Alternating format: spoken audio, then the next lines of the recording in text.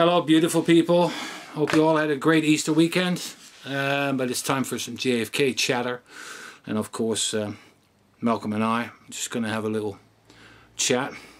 He does most of the talking, I'm just listening, and I've obviously we're both paying a fair bit of attention on the current court case happening with the DOJ trying to squash the attempt to get the rest of the records released, and other records included. Whether that's all going to work out as envisioned is another thing, but we'll see, time will tell. But I thought, like, because you're the record guru, or one of the record gurus, is I've now spent the last 4 or 5 years now, almost, in this autumn it'll be 5 years, on going through your materials, and it was a learning... Masochist. Yeah. Masochist. Yeah, it's a learning lesson of the highest order, even though for someone who's read about, I don't know, 30, 40 books and has seen some documents, to me the whole thing was like an avalanche of material, of matters and names and divisions and whatever you want to call it, that I'd never heard of or only knew very little about. And so it was, at first it was quite intimidating, in all honesty. And also like, who spills Sturbase? What the fuck has got this guy to do with anything? Blah, blah, blah. And it just went on and on and on. But slowly, it's just like a 10,000 pieces puzzle. You start to put certain sections together. You put the building together, or you put the lawn together, or whatever it is on that picture of that puzzle. And then slowly you start to form a little picture of what was happening. And, you know, you get a percentage of that knowledge as such. So, you know, gradually I started to start basically molding things together a little bit, and got a better picture, especially on the internals of Central Intelligence Agency and the stuff you've read. And of course the many millions of questions that came following sending you documents and so forth. But it's daunting. For me it was daunting to do that. But for students of this matter, it's probably even more daunting. And unless you have really made up your mind with, like what I've done, I say, I do Oswald's last 48 hours. I don't care about anything else. However, I got forced into it. But overall, my area of interest, real interest, is just that. Now, let's just assume, we're talking generics here, so subject matter. So no matter what the subject matter is, people need to go to the archives to get the documentation. Until now, we can get a lot of documentation online, but there's still certain releases that have not been digitized as such. So my personal opinion from the research that I've done so far is that the documents from the late 90s, for instance, that were released after the ARB in 98 onto just after the millennium, that whole period, the early noughties and the late 90s, that stuff hasn't been digitized at all. If you want it, you have to go to NARA to go and get it, for instance. Whereas the 17 and 18 releases have been released to an extent. And that's what the court case is about. That's happening now. So my question is this. If I'm new and I want to go to the archive and I want to find out about something, what would be the best moves based on your knowledge to gain? Well, to be honest, it's changed out of all recognition, really, because for years and years and years, it's sort of like back in the 90s, from a historical perspective, when the ARB was sitting, the National Archives were very proactive, very helpful, and very supportive. After the ARB went out of business, they went back to sleep. And perhaps even worse than going back to sleep. Comatose. Yeah, or you know, they went from being helpful to being not so helpful, and it was a long process of deterioration, really. I found post the ARB. Postal Records Review Board. And I don't know whether that was, it seemed to me that it was more top down. It seemed to me that the then director of the Special Access Staff probably had an agenda, and that agenda really was not to indulge JFK researchers too much. You said, and there was, I have to confess, there's a bit of empathy really, because I saw people turn up, that had read a book, they came, and they demanded this, that, and it was like almost hysterical that they were going to come down for 3 or 4 days and solve the case. Never happened, of course, but they created quite a bit of havoc in the process. So I can understand some of the attitudes at NARA, because it's not really a subject which is in academia. It's all basically amateur researchers. Yeah, true. True. Not many academics are actually digging into it. But very few. Remember the year you went there first time? I think in '94. Yeah. Oh, right. So just when the ARB was basically getting kicking off. Yeah, and then I more time in '95, and then through to '99 and beyond really. Except during the later '90s, I changed really from focusing mostly on FBI documents, right, to a certain extent, because the ARB released a huge amount of material from their own files in '98.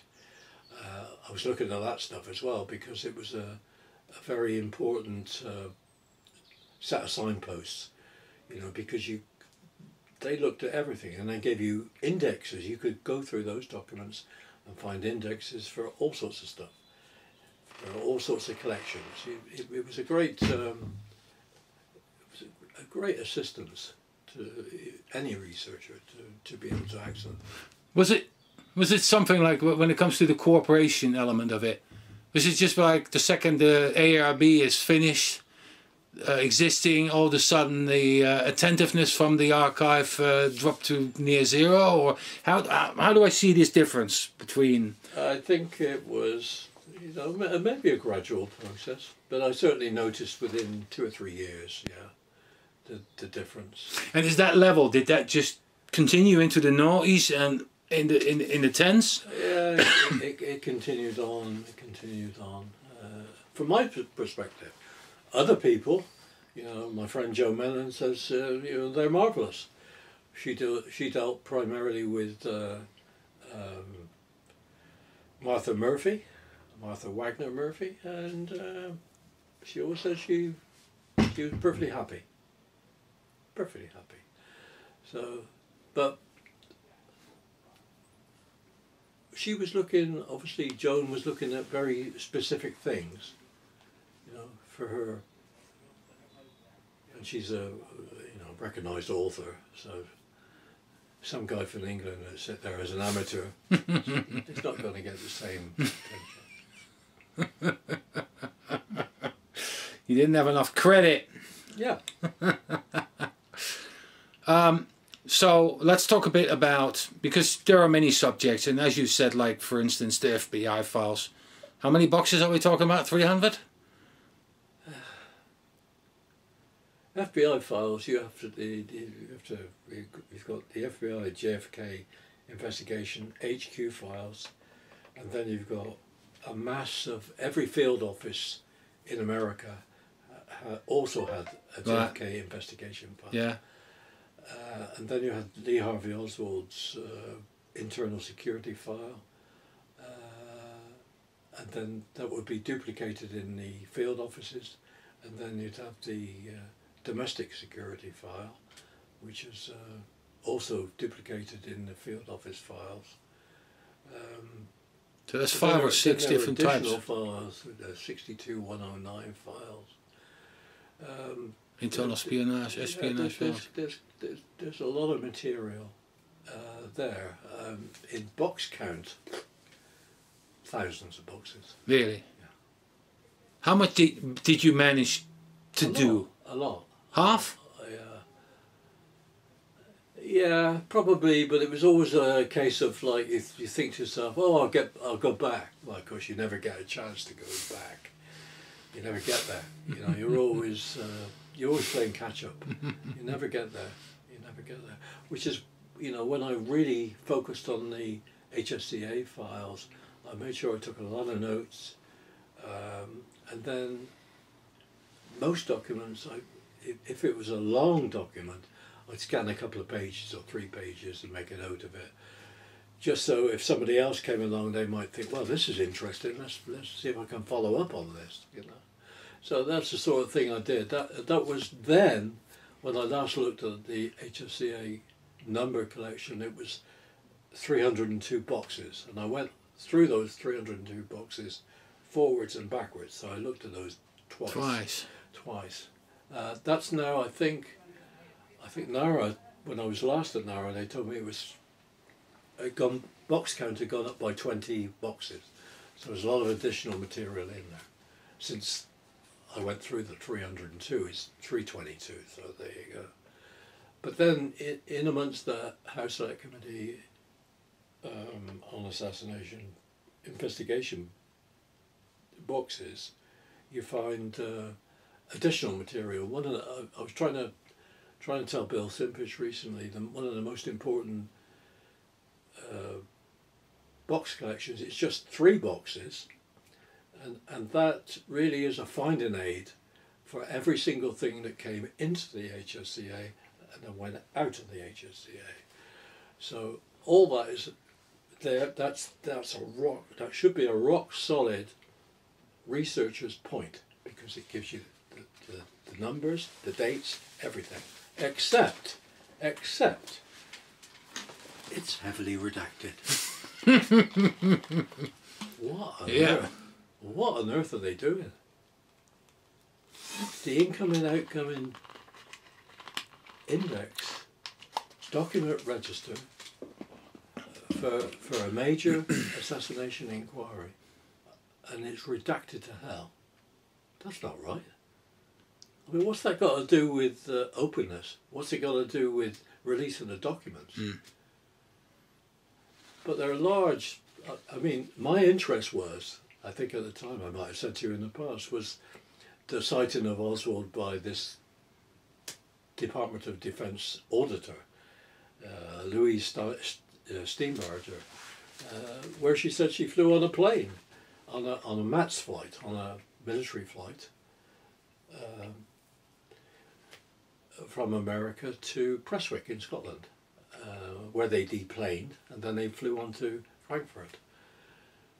And that was the latter part, she couldn't specify the date, but she said it was the latter part of 1959. So I said, well, I said to myself, let me see if I can go a bit further with this.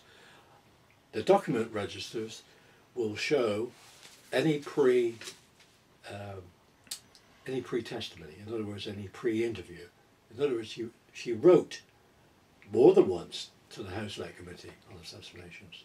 They then decided they had to interview her. And they did, 6 pages, I think. So I'll see if I can find the correspondence. Nothing. Zip. 0. You know. And then as I'm looking through the document register, I'm thinking, why is this page blacked out? Why is this page blacked out? This is a finding aid. This is a document register. What are they doing? This would be our guide, you know, as researchers, to go in there and say, oh, well, look at the document. Oh, that's interesting. I'll go to the numbered files and see if I can find it. So they cut you off already right away from the beginning? Absolutely. Absolutely. Not good. No. Not good at all. Now, I managed to find quite a few finder's aids. Yeah, I mean, and then I've got a lot. Yeah, you've got a fair amount. You've got a fair amount. They're all in all different eras, because some of them are from the 60s or the 70s or the 80s and even the 90s. So it's like, okay, what's going on there? But are these finder's aids of good use for researchers? Or Absolutely, those files are, especially for the FBI material, terrifically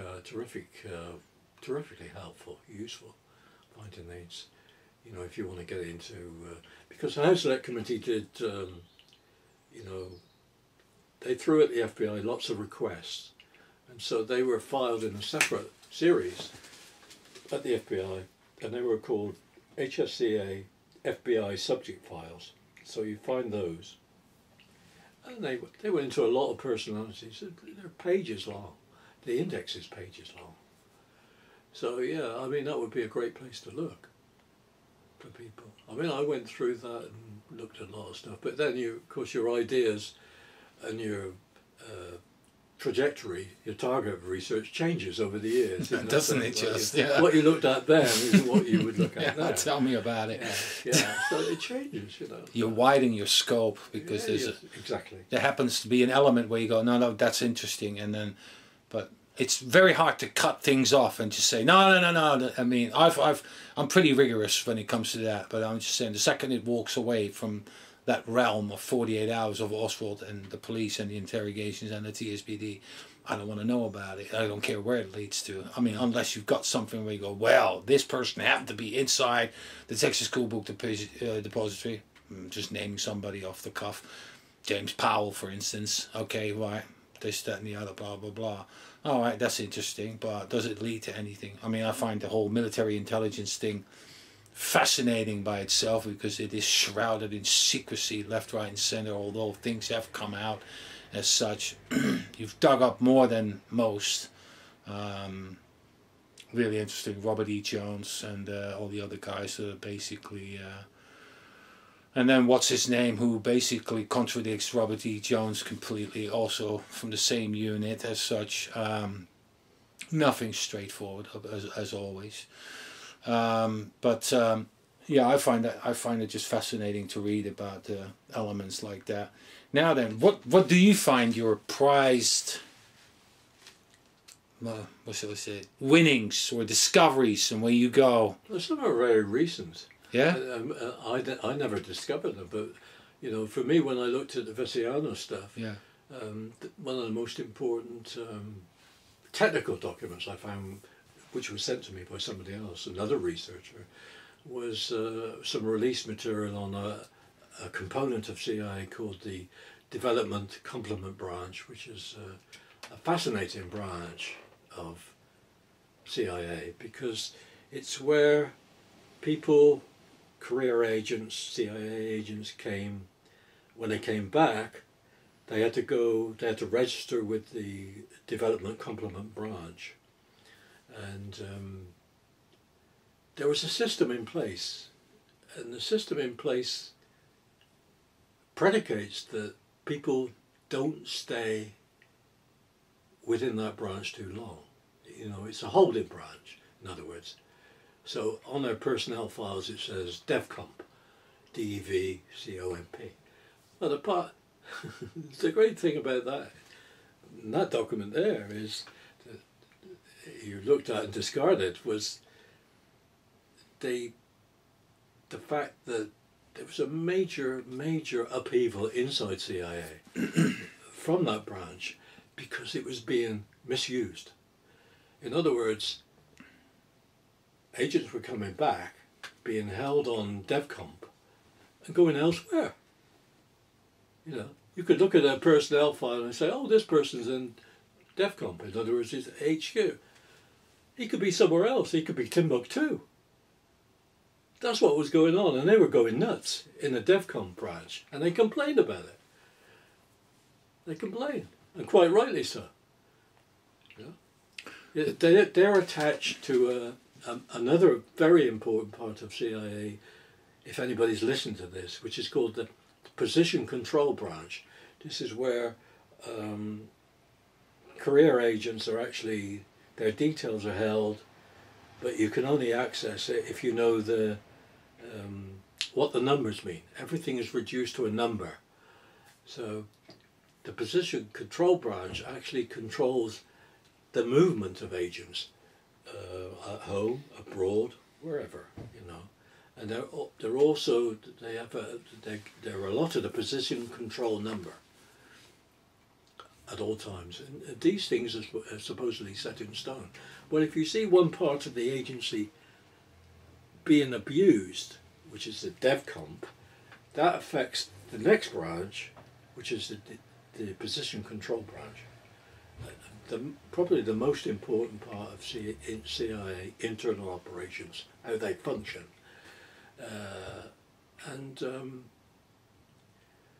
The position control register, you can identify from that, if you had the knowledge, career agent movements. In other words, you might be looking at a document which says, Bill Bloggs is in Barbados. And in fact, what the PCR, Position Control Register, will tell you, no, he's not. He's in headquarters. So this is the stuff that goes on inside the agency. This is how it functions, how it works.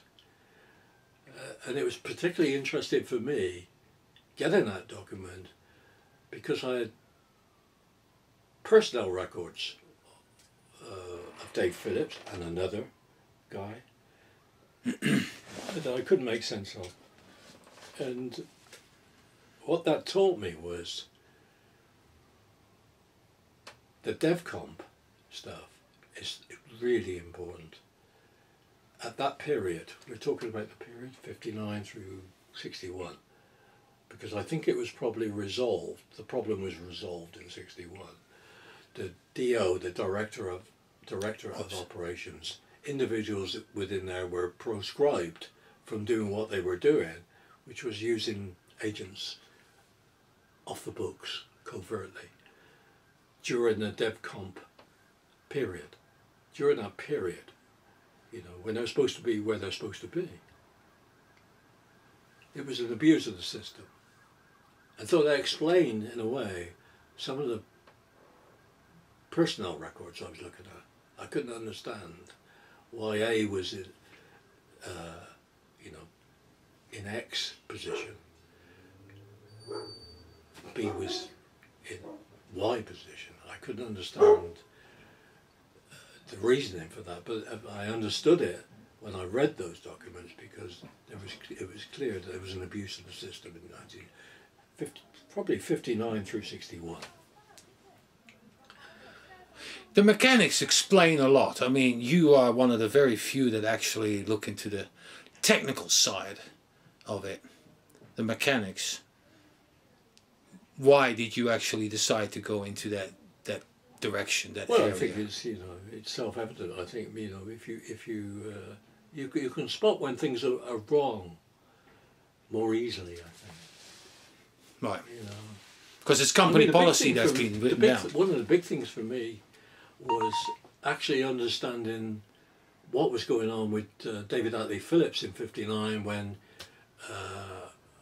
he was allegedly had problems in Cuba, and then because it was decided at HQ he was in danger, they pulled him back from Cuba,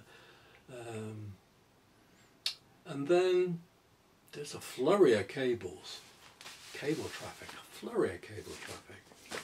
and the security office get involved, and for some unknown reason he gets pushed back to Cuba. So here's a career CIA agent in danger, so say the security office, he goes back to Cuba. How does that work? Yeah. Those people in the security office said no, he's not to go. He goes back. And then the excuse you see in the files is that he was needed for a project, which is like a propaganda project called Amaret X, which had just about run its course anyway, so that was garbage. So I had to try and work out, especially in relation to the Vesiana story, to try to work out what was so important about booting Phillips back to Cuba when he was in a situation where it looked like he was in danger? When you go through the cable traffic, it gets more interesting because you find marginalia and stuff. And on the marginalia, and on one, I think, well, on one cable, you get one name which is important, and that's Rudy Gomez. And then you look at what was going on with the people that Phillips allegedly, his problem started when he attended a meeting with the cattlemen, the Cuban cattlemen in Cuba, plotting against Castro. It was supposed to be taped by Cuban security. Right. And that's where Phillips' problems came in. But in the midst of all this, our friend Alan Dulles suddenly summons Phillips back to Washington. Not Phillips back to Washington, it's a Phillips contact called Gustavo Dulles Reyes. He was the chief of the cattlemen. Right, yeah, knows the He name. gets pulled back. He gets pulled to Washington for an interview with, meeting with Dulles. And I don't think the Phillips turn back, it seems to me that Phillips' turn back to Cuba had nothing at all to do with wanting him for a propaganda project, but was to do with the cattleman's plot and the fact that Phillips was needed back in Cuba for another reason. Phillips was a big name, a big thing 10 years ago with the 50th. Everybody brought him up, all kinds of sightings, this, that and the other, blah, blah, blah. Here we are 10 years later, barely anyone mentions him.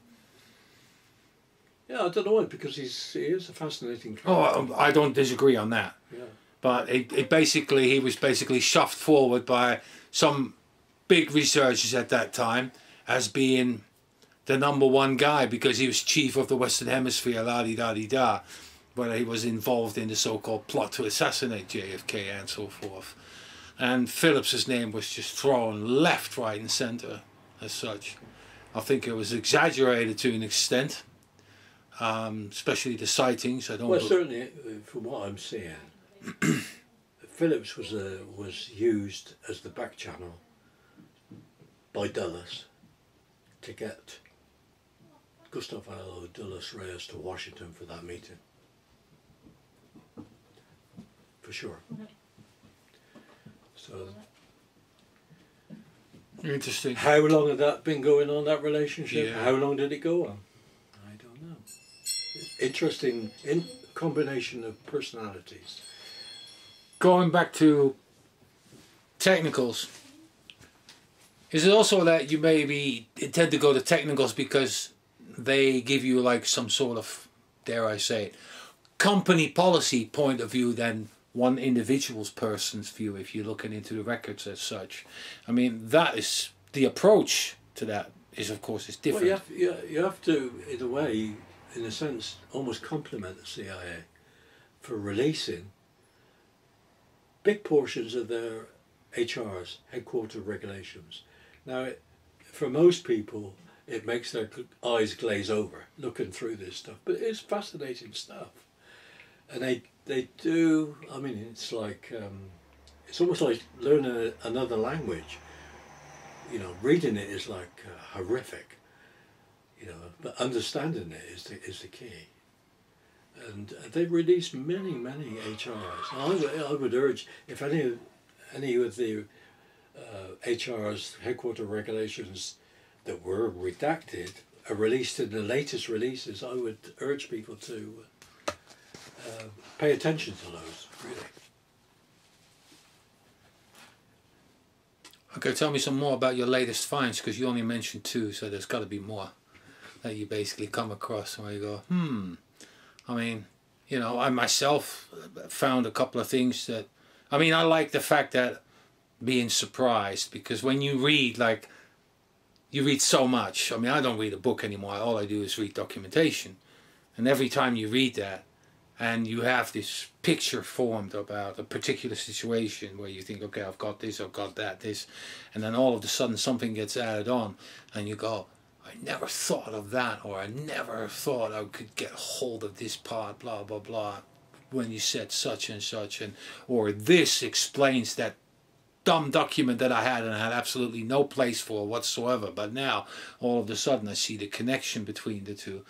That to me is quite satisfying, to be able to connect some dots. I mean, it doesn't matter how important it is, but some of the dots are, you know, just, I find it like, what's it say?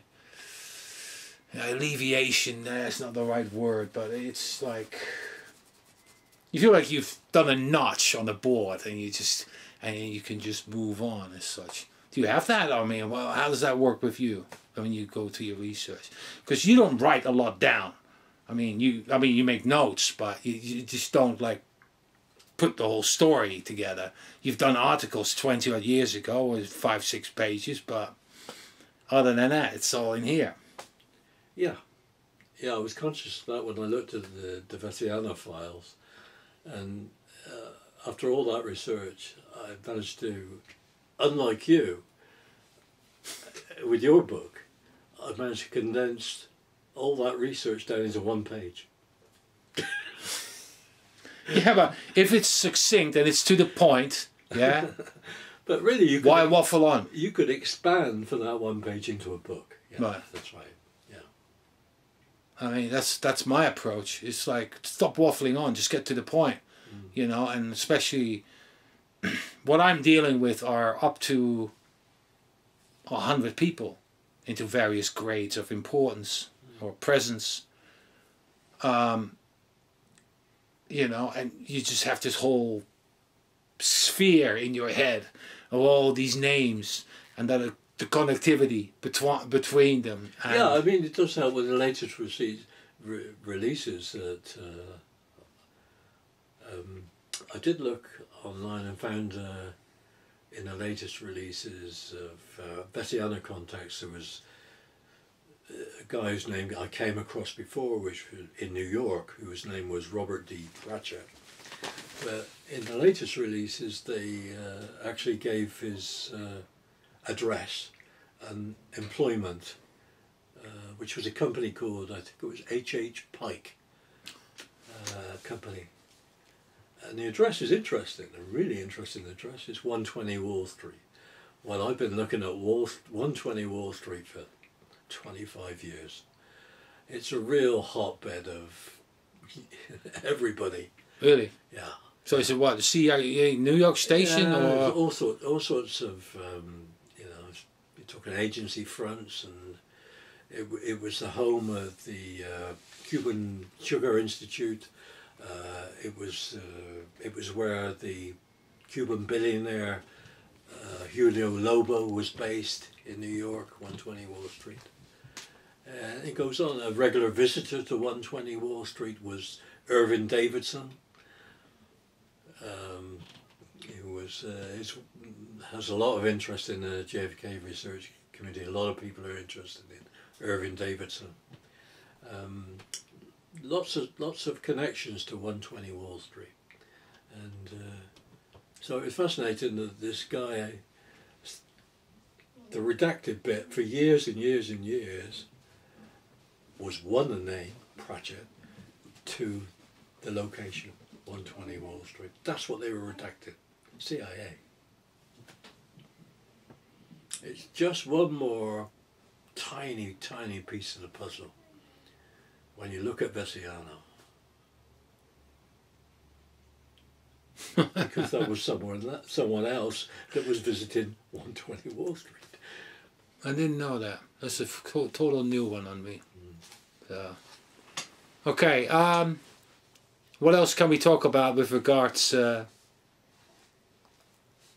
people that are dying to get frustrated to bits? So you're going to say people that are dying? No. People that are dying to get frustrated to bits by going to the National Archives. I mean, I mean, I'm going to do it. If I go to the States this year, I will want to go past Nara. Well, I think you will. I mean, if you do go there and you make your intentions known, I think you have to book in advance now. You just can't turn up. Then you go to room 2000 and you speak to a guy who's got a ponytail and he's like a gothic type dress, not what you expect an archivist to be.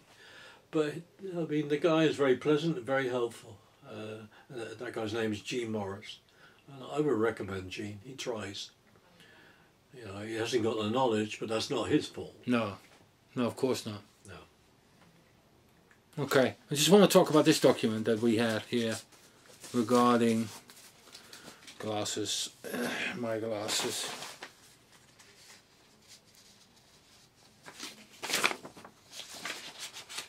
Oh, it's this one. April 10th, 2008.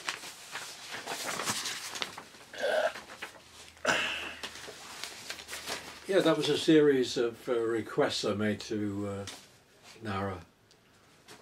Not sure. That's 15 years ago. Yeah. Have you got it?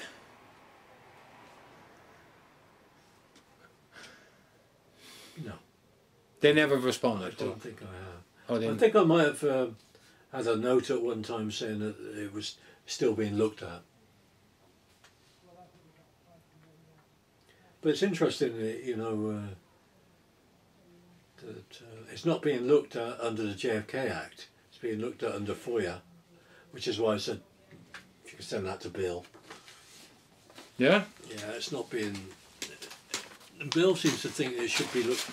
Our requests should be, for JFK material, should be looked at under the JFK Act and decided under the JFK Act, not under FOIA. I can see why. Yeah, you know, FOIA's too narrowly drawn, you know. Thanks to Tricky Dick. I think he was the one who put it in together, put it forward under his tenure. FOIA was created as such. Yeah. Is there anything else we want to talk about? We're going to keep it relatively short. What? That for me was interesting. Okay, this. You know, recently to Talk look about at the that. fact that I've posted these images about 4 or 5 years ago. yeah, but like, you know, And then they had 5 photographs. yeah. So Well, there are 2 photographs we've known. got 2. Turn them around. And then of course, you know, we don't see Oswald and we don't see Bastiana. No. But in that other document, 3 of them. Yeah. So three of them. It says in the document that he's 3 of speaking. them contained. Vesiano. Yeah. That So document. that's the sort of thing you have to deal with. Yeah. But I mean, who knows? You could FOIA that. You got the number. Yeah. Well, all of it is now open at the archives. The entire not the photos? document. No, the pictures. No. No. No, the But you pictures can are ask gone. them for the photos. Yeah. Who knows? You might get a clerk working in the FBI. It gives you all 5 by mistake. Oh, wouldn't that be nice? So basically, people, these documents are of an Alpha 66 meeting in Dallas. And they talk about 2 photographs, and there's actually 5 yeah, photographs. and the document is redacted because Antonio Vesiano's name was redacted out of it because he's the owner of the pictures. Well, that was interesting. I didn't know that. Yeah, the owner, but he's also 3 times he's pictured in the picture in these pictures, and they're the 3 pictures that are not there anymore. On top of that, what's interesting about this photo, about one of the 2 photographs, is that there's an individual in the back who's got, yeah, whether it is him is a second, but he's got the features, the body build, and the haircut of a person. What would the 3 other photographs contain? Yeah. So then you've got that on top of that. Yeah. So there's a fair bit of mystery on this bit. But it's really, really interesting.